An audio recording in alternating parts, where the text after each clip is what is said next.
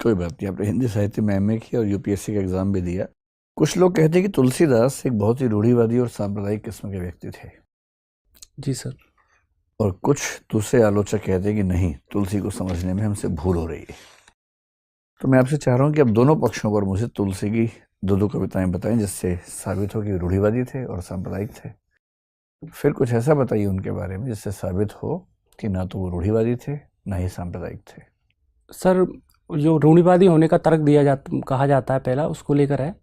जैसे महिलाओं के संबंध में कहा जाता है कि नारी स्वभाव सत्य कब कहीं, अवगुण 8 सदा उर रहीं।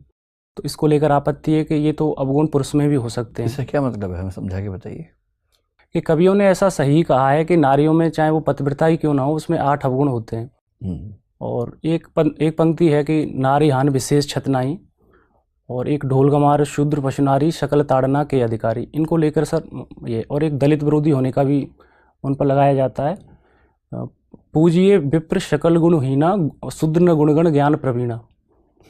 तो विप्र की उस स्थिति में भी पूजा करनी चाहिए अगर वो एजुकेटेड नहीं है, लेकिन एक ऐसा व्यक्ति जो निम्न वर्ण से आता है, वो भले ही एजुकेटेड हो, उसकी पूजा नहीं करनी चाहिए। तो इनको लेकर सर आपत्ति है, और ये प्रोग्रेसिव भी नहीं माना जा सकता है।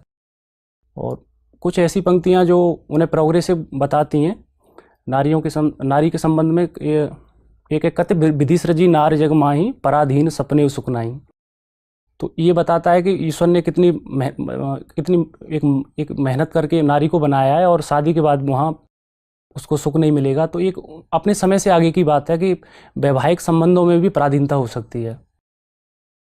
और कवितावली में कहा है उन्होंने दलित विमर्श को लेकर के, धूत कहो अब धूत कहो, रजपूत कहो जुलाहा कहो कोई, काहू की बेटी सो बेटा ना ब्याहू, काहू की जात बेकार को न सो, तुलसी सरनाम गुलाम है राम को, जाको रुचे सो, मांगन के खाएबो मस्जिद के सोएबो, लेवन को एक न देवन को दो। तो यहाँ सर वो स्पष्ट तौर पर कह रहे हैं कि मुझे कोई फ़र्क नहीं पड़ता है कि मैं कौन सी जाति का हूँ, किसका नहीं हूँ। और इसमें सर मस्जिद शब्द आया, वो और उनकी सांप्रदायिक जो सामाजिक संस्कृति है उसको दिखा रहा है कि मैं मस्जिद में सोता हूँ, जबकि वो हिंदू थे। और ये दिखाता है इसमें, ये 4-5 पंक्तियाँ हैं सर, कि वो अपनी जो तात्कालिक समस्याएं थी उनसे परेशान थे, लोग उन्हें परेशान कर रहे थे, सामाजिक दबाव था। और यहाँ फिर वो उनका जो दर्द है, विद्रोह है, वो फूट के आता है कि मुझे फ़र्क नहीं पड़ता है कौन। रेलवे पर्सनल सर्विस जिसमें भी आप गए हैं। जी सर। कुछ लोग कह रहे हैं कि अब तो उसको बंद करने का समय आ गया है, क्योंकि प्राइवेटाइजेशन अब रेलवे में बढ़ेगा। तेजस एक्सप्रेस चली पड़ी है, IRCTC एक तरह से कंपनी बनी चुकी है बहुत साल से। तो क्यों ना ऐसा किया जाए कि धीरे धीरे रेलवे के अधिकांश हिस्से को हम प्राइवेटाइज कर दें। स्पेशली जो RPF है उसे ख़त्म करने की बात भी चल रही है कि हम इतनी बड़ी फोर्स क्यों रखें, क्यों ना हम राज्य पुलिस और CISF से ही काम चला लें। तो क्या भविष्य देखते हैं IRPS का? सर IRPS का बहुत अच्छा भविष्य है, क्योंकि रेलवे अभी सबसे बड़ा नियोक्ता है, और आने वाले टाइम में मेन पावर भले ही रेशनलाइज हो जाएगी, लेकिन उसमें लोग तो काम करेंगे। तो उनके कल्याण की, वेलफेयर की जिम्मेदारी एज ए IRPS कर्मचारी और ऑफिसर्स पे होती है। रेलवे की सारी सर्विसेज को मिला के एक सर्विस बनाने का जो विचार है, IRMS, जी सर, मैनेजमेंट सर्विस, इसको लेकर क्या व्यू है आप लोगों का जो पहले सर्विस में है? मैंने सुना है कि वो लोग दुखी हैं इस बात से कि हमारी पावर कम हो जाएगी। क्या इंटरनल स्टोरी है इस मामले में आपके पास?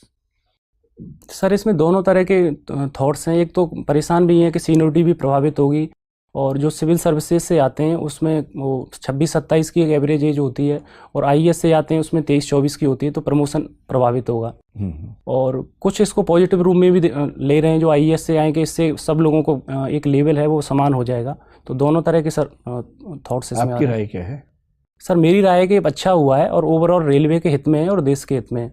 क्योंकि सर इसमें जो रेलवे में डिपार्टमेंटलिज्म की जो प्रॉब्लम है, तो उसके कारण डिपार्टमेंट अपने अपने गोल को तो प्राप्त कर लेते हैं, लेकिन जो रेलवे का ओवरऑल ब्रॉड गोल होता है उसको प्राप्त नहीं कर पाते हैं। चलिए, आखिरी सवाल ये है कि आपको अगर चुनना हो कि अभी तक के आपके जीवन के सबसे अच्छे 5 क्षण कौन से हैं, तो कौन कौन सा क्षण बताएंगे?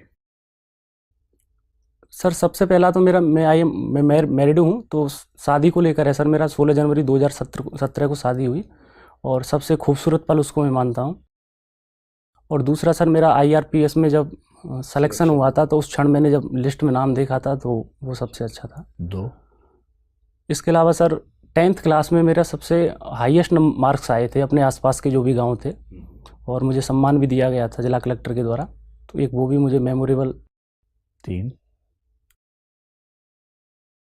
इसके अलावा सर अभी थोड़ा सर ध्यान नहीं आ रहा, अभी थोड़ा मैं सोचता हूँ सर। चलिए, हो सकता है चौथा जल्दी ही आ जाए, ऐसा क्षण भी।